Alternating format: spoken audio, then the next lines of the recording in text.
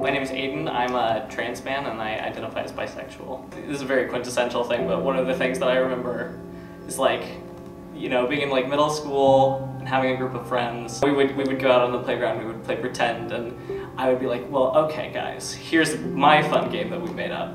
So like, what if like we all like make up a character that's just like us but a boy, and then like we pretend that. And then like 5 years later is when I realized like, hey, that might be something. But I guess it was probably around middle school. Like that's when I found out what like being trans was, and I very quickly like got attached to that label. I've always had like very like liberal, very woke parents. And they had always been very much like, oh, if you're gay, that's totally fine. But I remember when I was in middle school and I like tried to talk about gender with my mom, she had like a completely different response to it than I thought she would. She was very like, it upset her a lot in a way that I was not anticipating it upsetting her. And one thing that I don't think I realized, one, just how little people understand about gender and gender identity, but also how much of like herself was attached to like the idea of having daughters and like what that meant to her. Because I think to her it felt very much like a rejection of her in some way. So you know, I came out to her at that point. It didn't go great. I kind of ended up going back in the closet.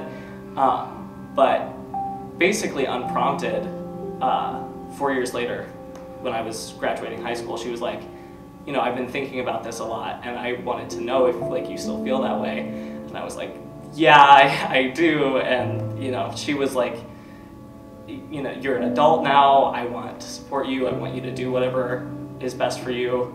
And like, I trust you to know what that is and to, you know, take care of yourself. And you know, she's been great about it ever since. Pat from SNL, if you're familiar with that, of just like this character who it's just basically a joke of like, what is that? Is that a man or a woman? Like, that's gross and weird. So people have just, you know, such a baseline, like knee-jerk, like disgust response almost to things that like break those like gender norms. Those gender norms are so closely tied to like beauty, but also just like humanity, just like being a person and being perceived as a person. It makes you feel almost like monstrous, like looking at the way that trans people were talked about and gender non-conforming people were talked about in the media for so long. Well, it's sort of strange, like because the thing that was my queerness sort of flipped after like coming out.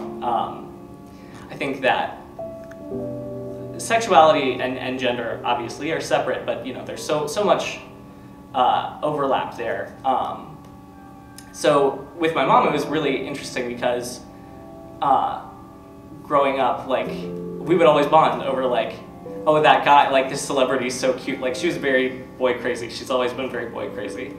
And I was too. Like I've always been very like, I got crushes on celebrities very easily. And that was kind of our thing, especially since my sister is gay and never really was an active part of that. I think I had like technically a girlfriend in middle school, and she was fine with that. There was other things tied up in it of like, well, I personally don't think that she's a very good influence on you, and like also like for her the lines became very weird of like, well, you know, you're in middle school and like as far as I understand it, it's okay for like middle school girls to have sleepovers. Like that's like risk-free territory in terms of like inappropriate, like age inappropriate, like maturity wise, like sexual contact, that kind of thing.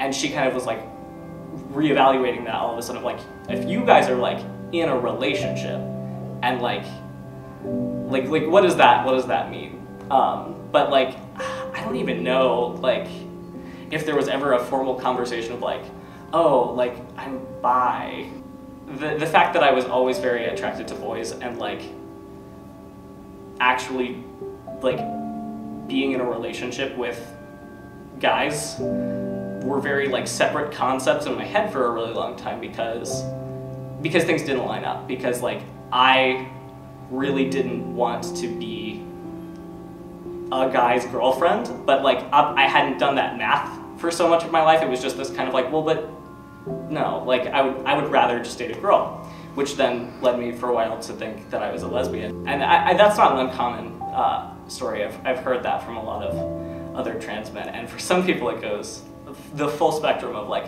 oh, I identify as a lesbian, and then, oh, I'm trans, I guess I'm straight now. Oh wait, like I think maybe men are attractive, I guess I'm bi, and then they're just like, wait a minute, I am a gay man. So that's always interesting. It was a really long time before I actually started interacting with like media that had actual queer representation in it.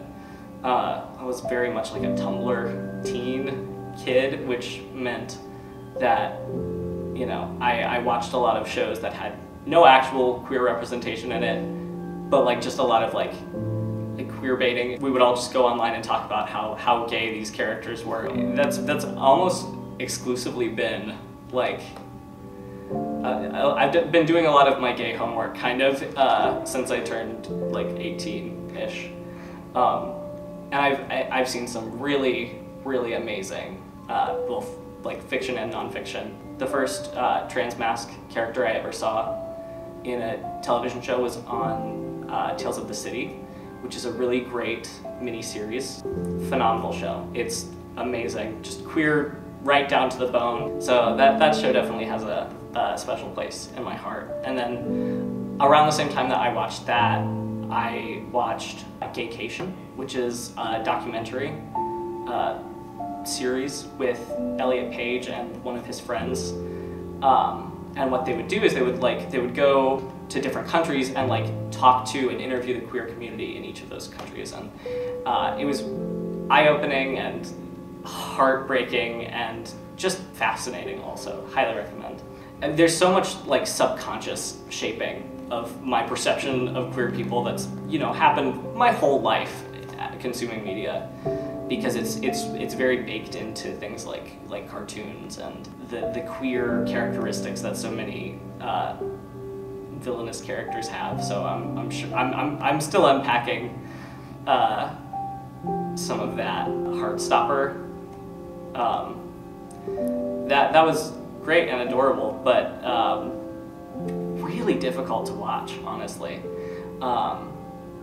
It happened, I watched it with my boyfriend. Yeah, so like good things, like very, very like happy endings, like not divorced from homophobia entirely, but like not, like it felt realistic, but it didn't feel like, you know, gay trauma. Like it was just sweet and nice. But then like after we finished it, we were both like, I feel horrible. And we had to kind of like unpack that. I think what it is it was just so close to the realism of what like an idealized gay like adolescence looks like, and we were both like, I really wish that I had that. I hope that that's something that like younger people weren't experiencing. That I hope they were just like, wow, that was so fun and nice. With drag, for instance, like that has become a very visible thing, and it's become a very like mainstream to an extent thing. A form of it has, and on some level I think that's good. I think that's probably been a level of like deprogramming of that like that repulsion instinct I was talking about earlier, and I think that is just categorically good. That's fantastic. But on the other hand, it you know, that those things don't, like, it's never just the one way.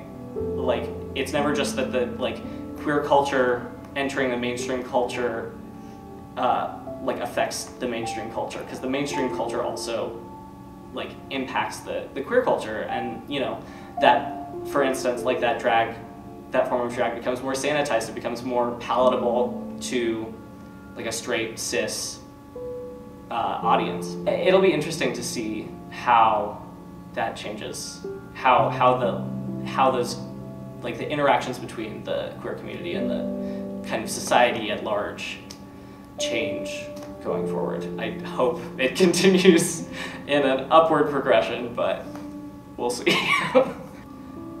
You know, ignorance. I think people aren't necessarily, you know, malicious. They just, you know, they really extremely don't understand what being transgender means. And they have a lot of questions, and a lot of them are sort of disrespectful, but, you know, I can tolerate that to an extent. It's night and day from what I know of my experience with my friends who are trans femme. I remember when I first went to college, I was freshly out. I hadn't started T yet. I did not pass. But you know, for all intents and purposes, I think I was usually perceived as just like a very butch woman, which of course is not without its hardships, but the hostility, the open hostility towards my trans femme friends who didn't pass, somebody I was friends with who was also hadn't started hormones yet, 18, freshman in college, on our school's bus. And this was an art school. This was a very expensive art school. She was on the bus and someone just called her a tranny. I was like, are you a cartoon character? With the internet, it's very easy to stumble across basically the way that people would talk about the trans community when they think we're not listening.